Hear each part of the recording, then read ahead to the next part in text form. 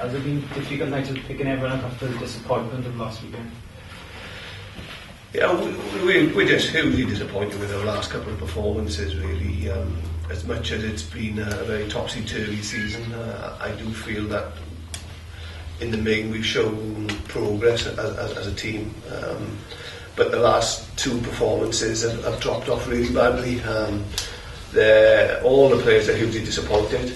We know that we've let ourselves down as much as anything else, but we've also let our supporters down. We had a great support base here on Saturday. It was a great opportunity for us to show them what we were all about, and I felt to a certain extent we were able to do that in the first half, but we dropped off really badly in the second half, and it's a worry because it's happened on a couple of occasions, and for this group to keep their focus in the second half is going to be huge for us moving forward. So yeah, really disappointed that we dropped off a level of performance that we started in the first half, and consequently, it made the game look really poor. It was really poor on our behalf, and we can't apologise enough to our supporters. It's been very much about them this year. When we started our season, it was about gaining their respect, and I think we did that to a certain extent. But the last two performances have probably we've lost a lot of that. So we've got a lot of ground to make up. Nigel, Heineken Cup is now out of your hands. You're allowing others to do that. But what are you looking for in your last two games here? What are your goals for the rest of the season, given that you can't qualify now on your own for the Heineken Cup, which was the aim initially? We just got to put in two massive performances, and we've got to show people what this group is capable of again, so that they can be excited about next season. And also we've got to gain that respect back, because we feel that we've lost it in the last two performances, and it's key that we get it back. I think it's fair to say you don't want to finish bottom, do you? Because obviously Connacht are bottom at the moment, but they've got a game in hand for tomorrow. That's something you want to avoid. Yeah, of course we do. That's not something that we want. We're not particularly proud of where we are in the league table. And I say it's been a funny season. We have performed in parts, and we've come close to getting results in others. But ultimately, the league table doesn't lie. We're really not happy with where we sit there. There have been elements of our season that we've been pleased with. I think our European campaign was generally positive, and our LB campaign was generally positive, particularly when you look and consider where we've come from. But ultimately, we've got to reflect on what has been really a poor season for us. Do these things work in cycles at all, to some extent? Because I suppose if you look at the weekend performances of the Dragons, got 50 points in Edinburgh, where they came from a couple of years ago, finishing the bottom of the region last 4 years. Do you sometimes you have to go through this to get, if you look at the Dragons, for example, what they're doing now to where they were a couple of seasons ago? Yeah, I think historically, if you look at Welsh rugby, it has been very cyclic in terms of who the top teams have been. As far as we're concerned, we know that we're probably halfway through a programme which involves some consolidation this year, and to a certain extent next year, and looking to move forward.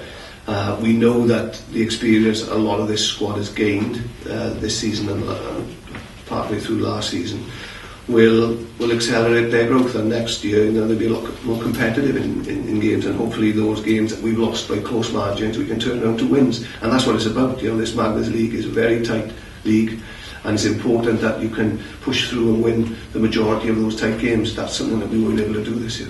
You talk about the experience as well, and obviously a lot happened on the weekend, but you're sort of reflecting now a few days later on Stephen Jones committing his future here. Obviously there was a game as well, but looking on it now a couple of days later, how important is that to you as a region to have that experience to go alongside these young players which you talked about? Yeah, it's absolutely vital, and our number one priority has been to secure the services of people like Steve, who will be the cornerstones of this group over the next couple of seasons, and with that experience and ability in our squad, the players around him will only grow, and they're starting to do that now.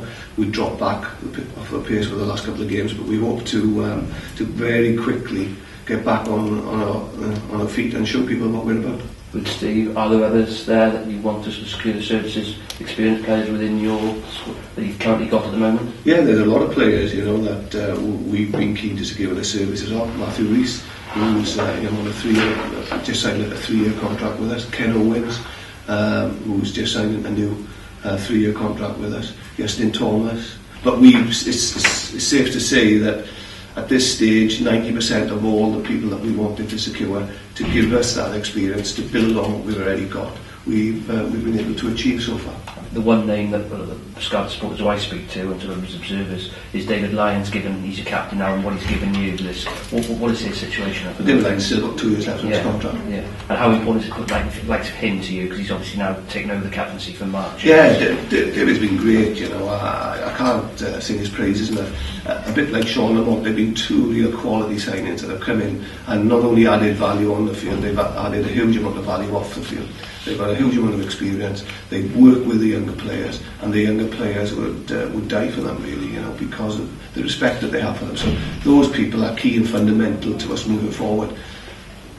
Inevitably, at this stage of the season, Nigel, people will ask how we're going to strengthen for next season. I mean, is that a process you're in at the moment, or has it been affected by the fact that you're not in the Heineken Cup? It hasn't been affected in any way by the fact that we haven't qualified for the Heineken Cup, or potentially haven't qualified. Yeah. I think the number one priority for us was to re-sign the players that we felt we needed to do. So that's been a process that's been underway and is probably coming to an end now. Yeah. We obviously we're going to have a lot of the younger group who are going to be a year further down the road. We're going to have people like Dav Jones back next season, people like Regan King will be fully fit next season, and Morgan Stoddard, who we haven't seen for the best part of the season. And we've got the next generation of Scarlets who will be coming through from our academy into development contracts. You know, people like Scott Williams, who made a major impact with the Welsh under-20s this season. We've got young Joe Garley, who is a very promising lock, who due to a very serious injury hasn't had much rugby this year, but has got huge potential. For people like Gareth Davies, and Scrum half again who's in the 20s with Wales this year. We've got a number of players of that ilk, you know, who are coming through to energise this group. In terms of a weekend where you've obviously disappointment, I suppose Natalie Clark Quins does show the development is there at the moment. Yeah, absolutely. That's a key part, you know, and we put a lot of resource into that side of things, and it is tough for the business at the moment. But the one thing that we know we can't ignore is that development. So that's why we put a lot of resource into that and the management of that whole process. And you know, I think that's shown really in the fact that we've got 2 of our Premiership teams from the region in that final. So we're delighted with that, and they both played exceptionally well on the weekend as well. It's the method that you've used for the last 2 seasons. You've mentioned it. It's the only way, developing youngsters, the way that finances as well, everything. You still firmly believe that is the way forward for the Scarlets next? Without shadow of a doubt, we're not going to detract from what we're doing, regardless of what happens. It is the way forward for the Scarlets. It's the only way forward for us. You know, we're starting to see our young players develop. A lot of those players have played in that Llanelli team that beat Cardiff pretty comprehensively, and you know, that development is going to come through for us. And we mentioned it before, the Dragons fans, the Dragons board, they showed patience with the team, and they're sort of reaping the rewards now. Is that something the Scarlets could be maybe in a year, well, even next season? Yeah, I really like to think so. You know, I think that a lot of these players have accelerated their growth, and you know, I'd like to think we've seen glimpses of it this year, and I do believe that we're going to see a lot more of it next season. As I say, it's a policy that underpins everything we do, and we're not going to be derailed from that. It's always going to be nice to bring in quality players to add to what you've got, and you know, that will always be an ambition of this region. But first and foremost, this season has been about consolidating where we are, and we've now got a future